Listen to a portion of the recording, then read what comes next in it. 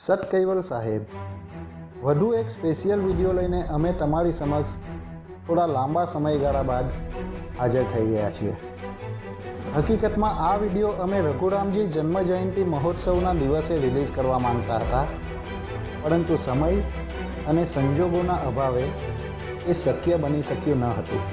આ વખતે અમે રઘુરામજી મહારાજ શ્રીના એક એવા પરચાની વાત કરવા જઈ રહ્યા છીએ જેના વિશે જાણીને તમે બધા જ તપસ્વી રઘુરામજી મહારાજ શ્રીનો જય જયકાર કરી ઉઠશો.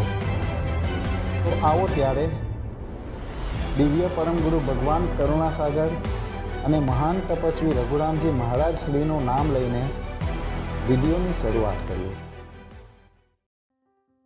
આપણા પંચમુદ્રા સિદ્ધ મહાન તપસ્વી રઘુરામજી મહારાજ શ્રી હયાત હતા એ સમયની આ વાત છે. જ્ઞાન સંપ્રદાયનો પ્રચાર કરવા માટે અવારનવાર રઘુરામજી અંતરિયાળ ગામડાઓની મુલાકાત લેતા હતા અને આવા જ ગામડાઓ પૈકી એક હતું ધરમપુર. ધરમપુરના રાજા અને ત્યાંના ભક્તોનો રઘુરામજી મહારાજ પ્રત્યેનો અસીમ ભાવ હતો અને આ ભાવને માન આપીને રઘુરામજી મહારાજ 3 વખત ધરમપુરની મુલાકાત લઈ ચૂક્યા હતા.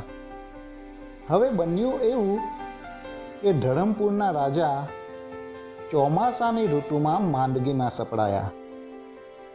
દિવસે ને દિવસે વધી રહેલી માંદગીની આ અવસ્થામાં મહારાજાના હૃદયમાં રઘુરામજી મહારાજ શ્રીના દર્શન કરવાનો ભાવ પ્રગટ થયો. રાત્રે 9 વાગ્યાનો સમય હતો. આ સમયે મહારાજાએ રઘુરામજી મહારાજે એમને આપેલા મંત્રનું ભાવપૂર્વક ચિંતન કર્યું. હવે યોગાનુયોગ આ સમયે રઘુરામજી મહારાજ ઉમરાના મંદિરમાં કથા કરી રહ્યા હતા અને મહારાજાના આ શુદ્ધ ભાવે રઘુરામજીના અંતસ્કરણને આકર્ષ્યો, જેના લીધે રઘુરામજી મહારાજે એકાએક ચાલુ કથામાં જય બોલાવી અને કથાને આટોપી લીધી. તેઓ મંદિરના ઓટલા પર ગયા અને ત્યાંથી અંતર્ધ્યાન થઈ ગયા. ઉમરાના મંદિરેથી અંતર્ધ્યાન થયેલા રઘુરામજી મહારાજ ધરમપુરના દરવાજા બહાર પ્રગટ થયા અને પગે ચાલીને મહારાજાના મહેલ પર પહોંચ્યા. બાપજીને આમ એકાએક આવેલા જોઈને ગામના માણસો પણ આશ્ચર્યમાં ડૂબી ગયા.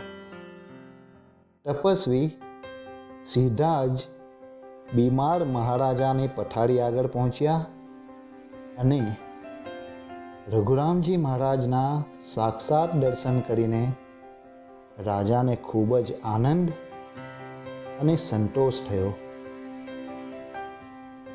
રઘુરામજી મહારાજે 8 દિવસ સુધી મહારાજાની ચિત્ત વૃત્તિ શાંત થાય એવો ઉપદેશ કર્યો અને અંતે મહારાજાનું ચિત્ત કૈવલ ભક્તિમાં સંલગ્ન થયા બાદ મહારાજાએ દેહ ત્યાગ કર્યો.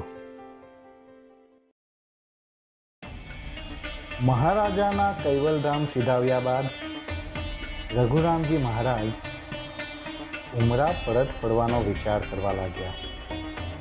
બીજી બાજુ ઉમરાના મંદિરે એકાએક કથાનું સમાપન કરીને રઘુરામજી મહારાજ ક્યાં ગયા એની ઉમરાના ભક્તોને કંઈ ખબર પડી નહીં.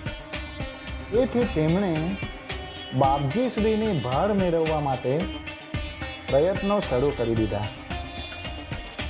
હવે યોગાનુયોગ બન્યું એવું કે ઉમરા ગામના 8 ભાઈઓ ધરમપુર ગામના બારોટ ફળિયામાં લગ્ન હોવાથી ત્યાં કલર કામ કરવા માટે ગયા હતા. એમને ધરમપુરના પાદરે કૂવા ઉપર રઘુરામજી મહારાજ શ્રીના દર્શન થયા. આ ભાઈઓએ રઘુરામજી મહારાજ શ્રીને સાષ્ટાંગ પ્રણામ કર્યા અને તેમના પૂછવા ઉપર બાપજી શ્રીએ જણાવ્યું કે તેઓ પોતે અહીં મહારાજાની ખબર લેવા આવ્યા છે. કલર કામ માટે ધરમપુર આવેલા આ ભાઈઓએ રઘુરામજી મહારાજ ધરમપુરમાં હોવાની જાણ પત્ર દ્વારા ઉમરાના લોકોને કરી અને પત્ર વાંચીને ઉમરાના 10-12 ભક્તો બાપજીને મળવા માટે ધરમપુર પહોંચી ગયા. અને જે દિવસે ધરમપુરના મહારાજાએ દેહ છોડ્યો હતો તે દિવસે સાંજે તેઓ ધરમપુર પહોંચ્યા અને રઘુરામજી મહારાજ શ્રીને કંઈ ભૂલચૂક થઈ હોય તો ક્ષમા કરવા અને ઉમરા પધારવાની આજીજી કરી. રઘુરામજી મહારાજે એમને જણાવ્યું કે હું ઉમરા આવું છું. તમે અહીંથી ચાલીને વલસાડ પહોંચો ત્યાં સુધી પાછું ફરીને જોશો નહીં. ઉમરાના ભાઈઓએ રઘુરામજી મહારાજે આપેલી આજ્ઞાનું પાલન કર્યું અને પાછું જોયા વગર તેઓ પરત ફર્યા. અહીં તેમના આશ્ચર્ય વચ્ચે 5-6 કલાક અગાઉ જ રઘુરામજી મહારાજ ઉમરા આવી ગયા હતા અને તેઓ મંદિરે પહોંચ્યા ત્યારે આ યુવાનોએ જોયું કે રઘુરામજી મહારાજ તો મંદિરે કથા કરી રહ્યા હતા. ઉમરાના ભાઈઓએ પોતાને મળેલા આ પડચા વિશે સમગ્ર ગામમાં વાત કરી અને આખાએ ગામમાં રઘુરામજી મહારાજ શ્રીનો જય જયકાર થઈ ગયો. તો આવો હતો રઘુરામજી મહારાજ શ્રીનો પ્રત્યક્ષ પડચો.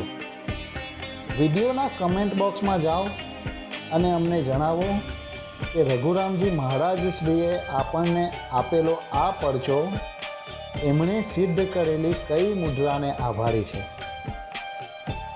તો આજના વિડીયોમાં આટલું જ.